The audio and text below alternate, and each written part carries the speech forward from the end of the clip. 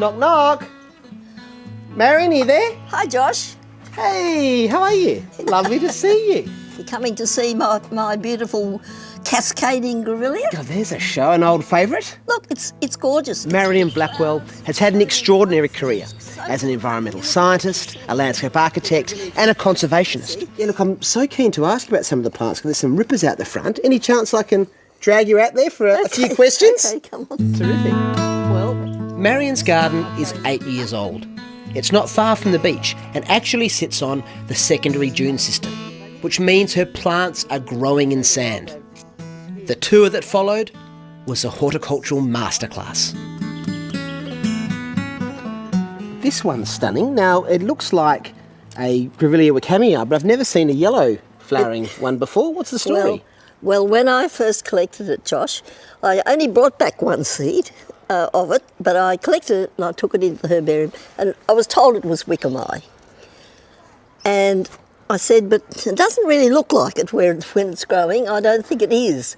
And it sulked. It sat for about 3 years here after I put the seed in, but suddenly shot up last year and had these glorious golden flowers. So it's a different species? They call it miniata. Okay, and have the herbarium finally agreed with you? I haven't been back to see them.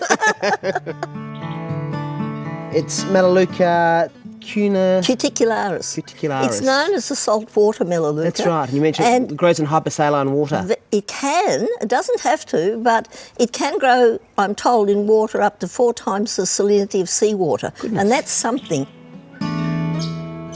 The garden surrounds the house and is made up of 18 distinct spaces, as Marion calls them. That's macrocarpa.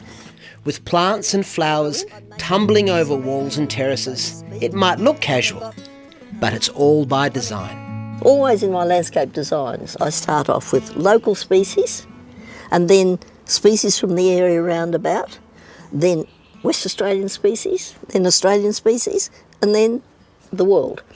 In that order, looking for the actual very one plant for that particular position.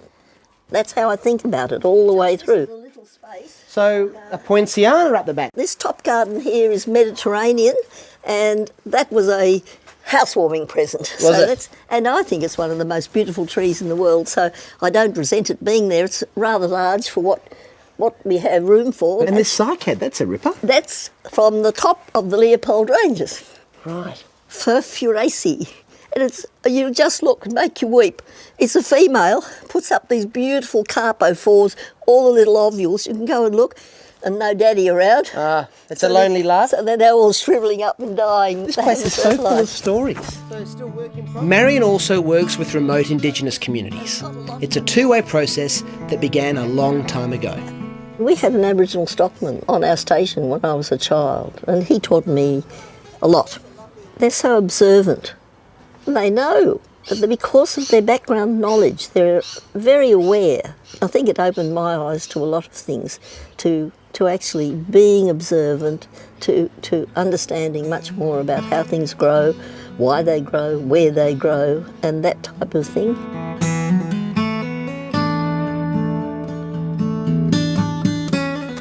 So what's this beautiful little kangaroo paw? That's very special, Josh. That's the smallest of all the anaxanthus, and it's called Gabrielli.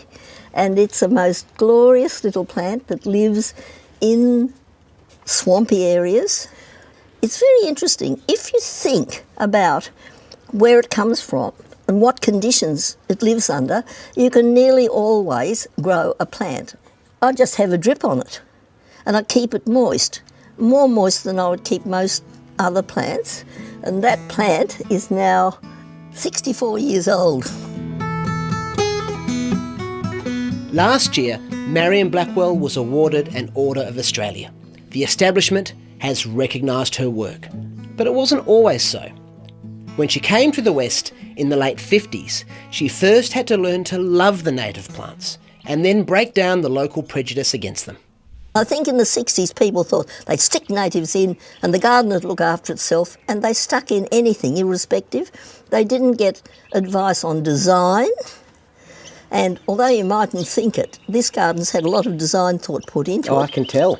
Because I think that's the most important way to display things. Marion's garden is clearly as much about experimentation as it is creating a beautiful environment. Her work continues to inspire people, and I'm left wondering, how does she fit in all of this work? I don't regard it as work. I just go on living and do what I can fit in.